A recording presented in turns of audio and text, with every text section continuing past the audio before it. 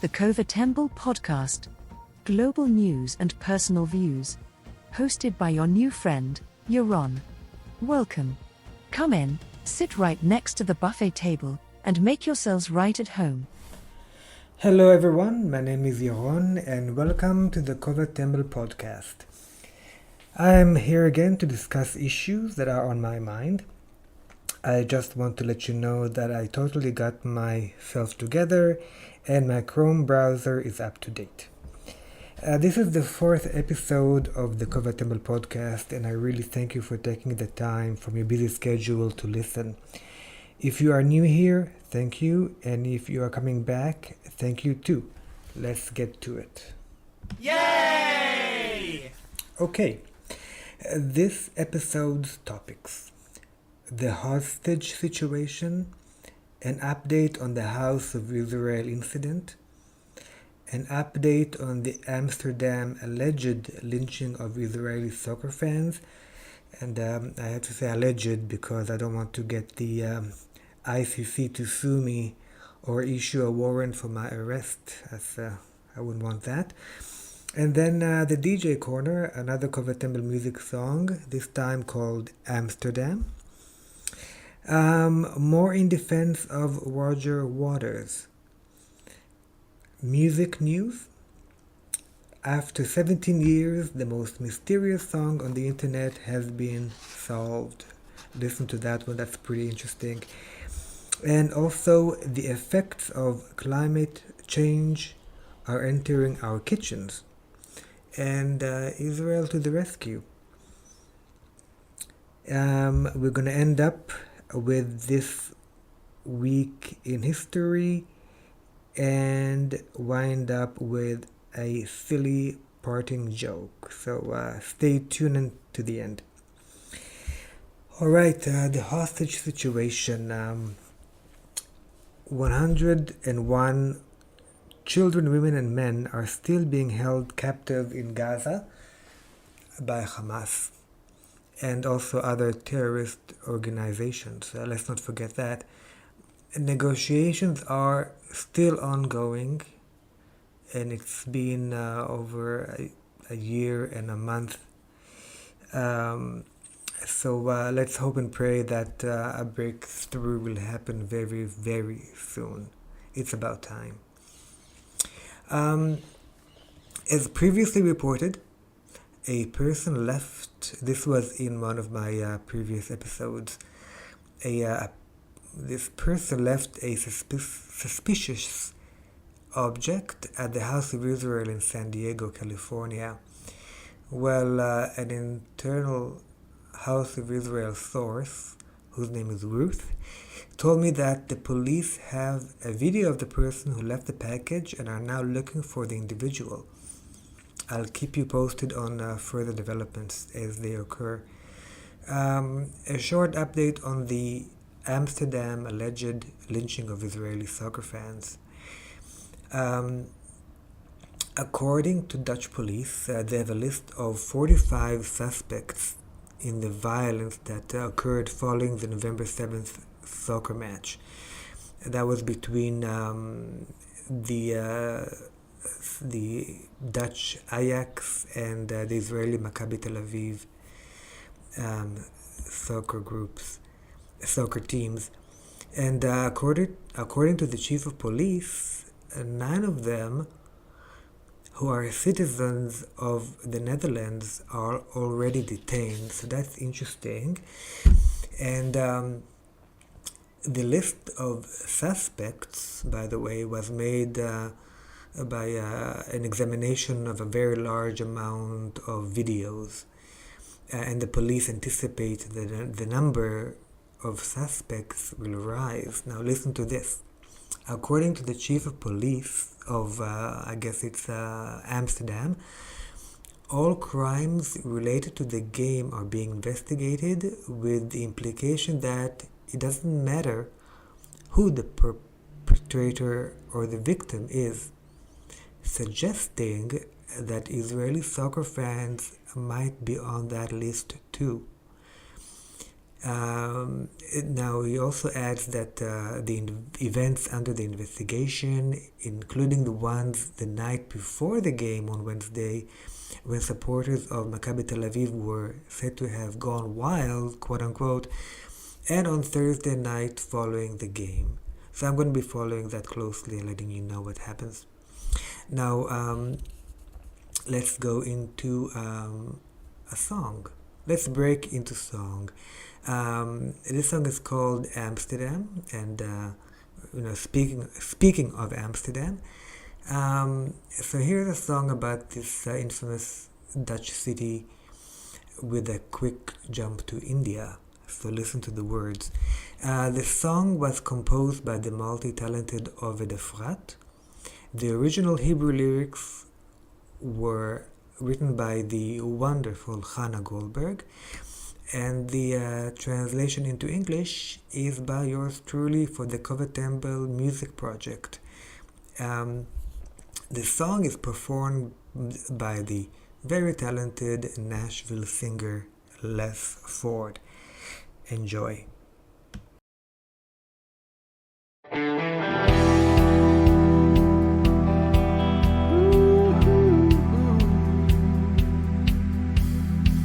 You've always dreamed of another place, of a land over oceans. There you'll find silence. With the pack on your back you turn, hesitate at the doorway, then set sail on emotions. Oh, Amsterdam, we were down, no, madame. Don't live life on the land. Hurry back, hurry homeward. Whoa, whoa, Amsterdam, we were down, no, madame. Let the world all be damned. Hurry back, hurry homeward.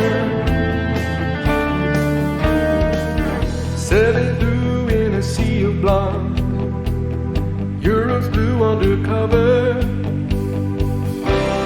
rolled inside the old quarter. When you made it to Amsterdam, you felt a rush to keep going. Cold north winds kept on blowing. Oh, Amsterdam, we were down, no, madame. Don't live life on the land. Hurry back, hurry homeward. Whoa, whoa, Amsterdam, we were down, no, madame. Let the world all be damned. Hurry back, hurry homeward.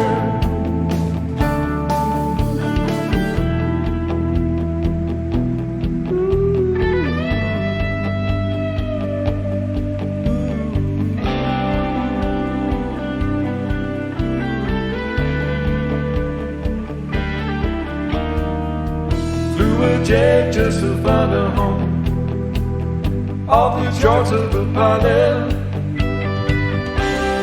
There you'll find that steel silence. Then you made it to India, still the silence escapes you. But your heart knows the way through. Oh, Amsterdam, we were down, no, madame. Don't live life on the land. Hurry back, hurry homeward. Whoa, whoa, Amsterdam, we were down, no, madame. Let the world all be damned. Hurry back, hurry homeward.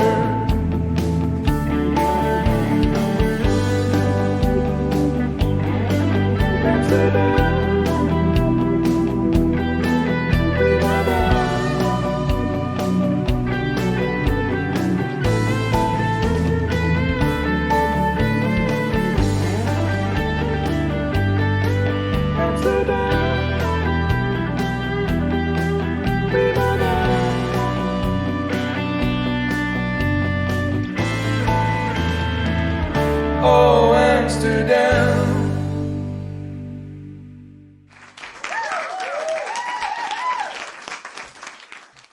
I hope you enjoyed the musical break. I will leave the link to the song in the comment section or in the description section. So please take a look.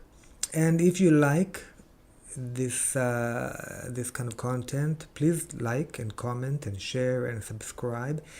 And please tell all your friends about this wonderful new podcast, the best in the world, and then tell them about this one too. Anyway, let's jump into more in defense of Roger Waters. I had talked about this in a previous podcast episode, and I saw another article about it, and I just wanted to make my point more clear. Well, apparently Roger Waters wrote in an op-ed criticizing Sylvan Adams, who is a Jewish billionaire, as being, among other things, a lousy Zionist billionaire, quote unquote, and described his actions as being apartheid cover-up. Pretty harsh words. And in response, Sylvan Adams invited the other members of Pink Floyd to come to a commemorative concert for the victim of October 7th in the location of the Nova Festival in Re'im, Israel. And then he wrote back to Roger Waters, "You don't care about Palestinians, you just hate Jews." He wrote this at the CJN.ca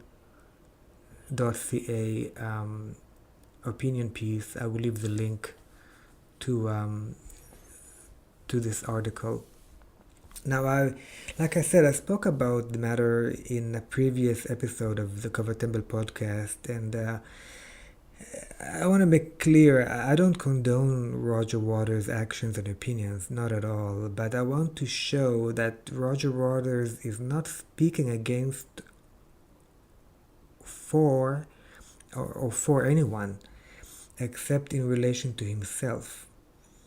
As I see it, Roger Waters is talking through his childhood trauma and directing his anger to his quote-unquote parent, which in his eyes is Israel.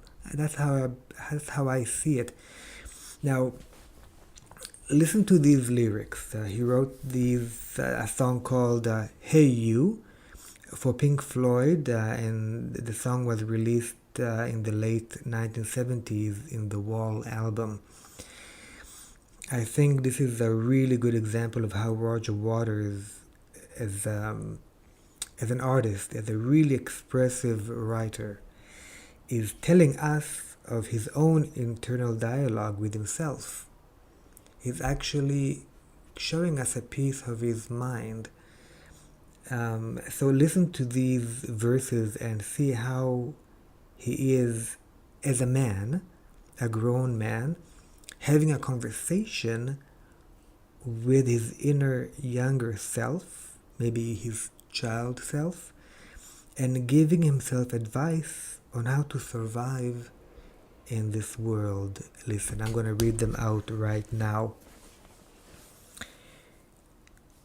Hey you, out there in the cold, getting lonely, getting old, can you feel me? Hey you, standing in the aisles with itchy feet and fading smiles, can you feel me? Hey you, don't help them to bury the light. Don't give in without a fight. Hey you, out there on your own, sitting naked by the phone, would you touch me? Hey you, with your ear against the wall, waiting for someone to call out, would you touch me? Hey you, would you help me to carry the stone? Open your heart, I'm coming home. But it was only a fantasy. The wall was too high, as you can see. No matter how he tried, he could not break free, and the worms ate into his brain. Hey you, out there on the road, always doing what you're told, can you help me?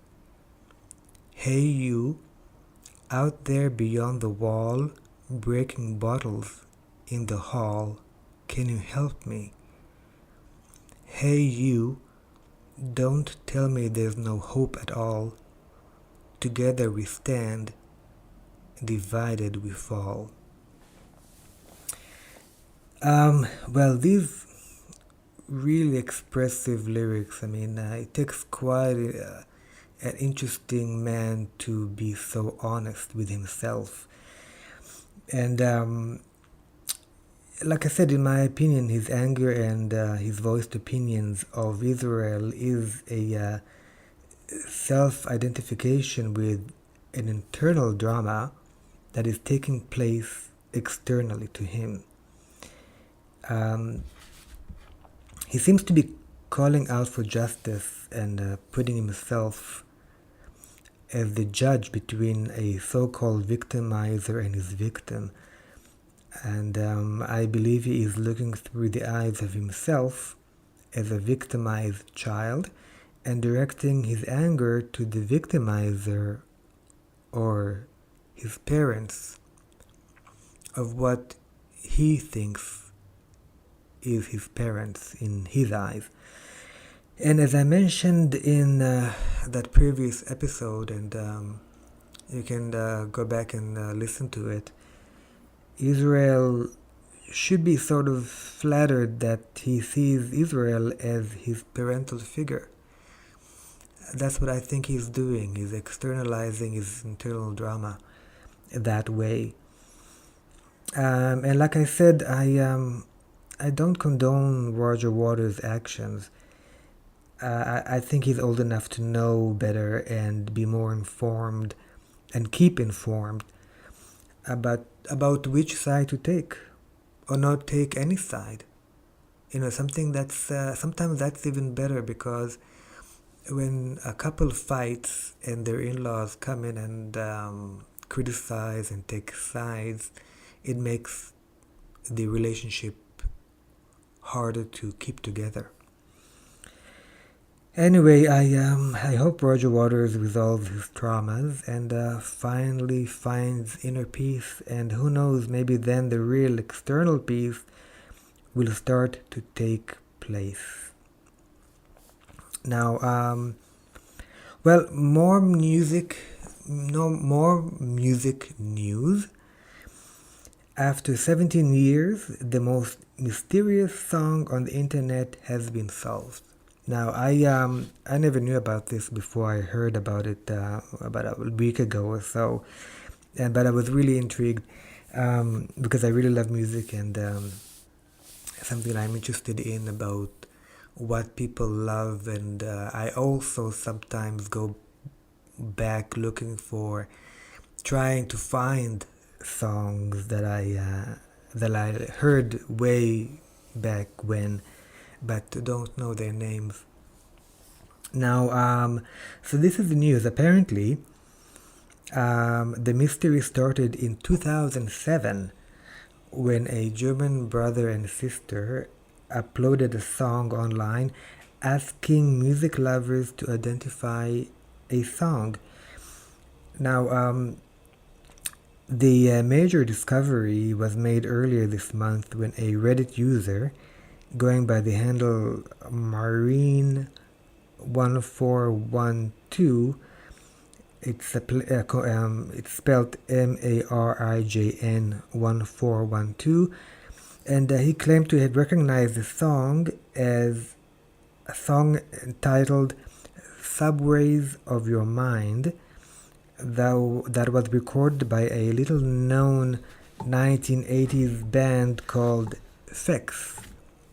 capital F-E-X. Anyways, I listened to the song and I think it's a nice new wave song, and nice for its time. And I will leave the link to the video of the song so you can make up your own mind about it. Okay, let's go into this week in history. This week in history. This is from onthisday.com. On November 18th, 1902, Brooklyn toymaker Morris Miktom, a Russian Jewish immigrant to the US, and his wife Rose named the teddy bear after US President Teddy Roosevelt. November 19, 1916, Samuel Goldfish, Edgar and Archibald Selwyn established Hollywood's Goldwyn Pictures. Goldfish later changed his name to Goldwyn. November 20, 1945, the Nuremberg war trials begin as 24 Nazi leaders are put on trial before judges representing the victorious Allied powers. November 21, 164 BC, during the Maccabean revolt, Judas Maccabeus recaptures Jerusalem and rededicates the Second Temple, commemorated since as a Jewish festival, Hanukkah, which is coming up pretty soon. Next month, I believe. November 22, 1497, Portuguese navigator Vasco da Gama rounds the Cape of Good Hope on the first voyage from Europe to reach India.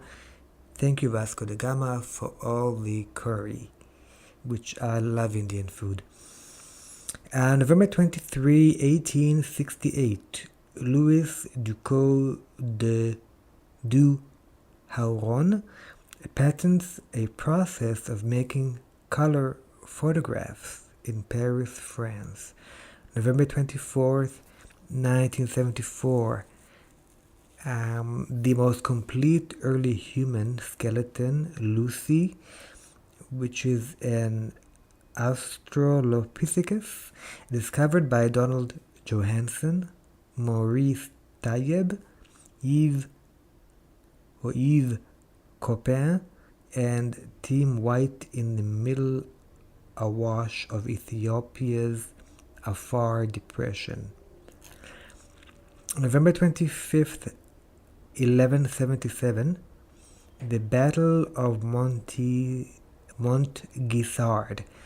Baldwin IV of Jerusalem defeats Saladin and a larger Ayyubid force. Thank you, Baldwin IV.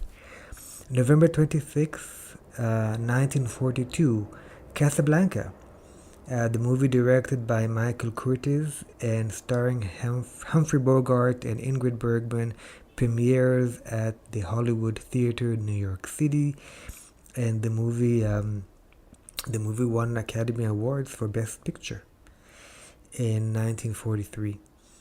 November 27th, 1874, Chaim Weizmann was born. He was the first president of the newly formed State of Israel in 1949 and served until his death in 1952. Prior to this, Weizmann was, for many decades, the leader of the worldwide Zionist movement. Alright, that's This Week in History. I hope you enjoyed that. Now, I'm going to say goodbye with a joke. Now, it's a silly joke, so bear with me. This is from rd.com, Reader's Digest. What's the best thing about Switzerland? I don't know, but the flag is a big plus.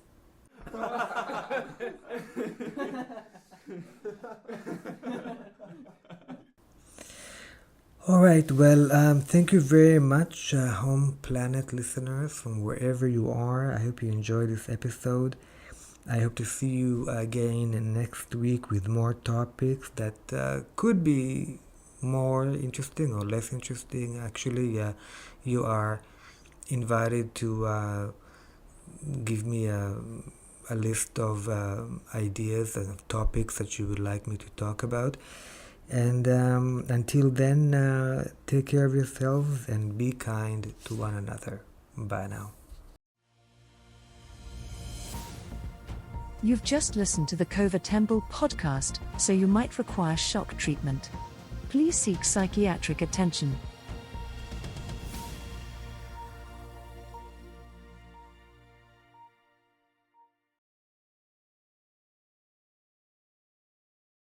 What are you still doing here?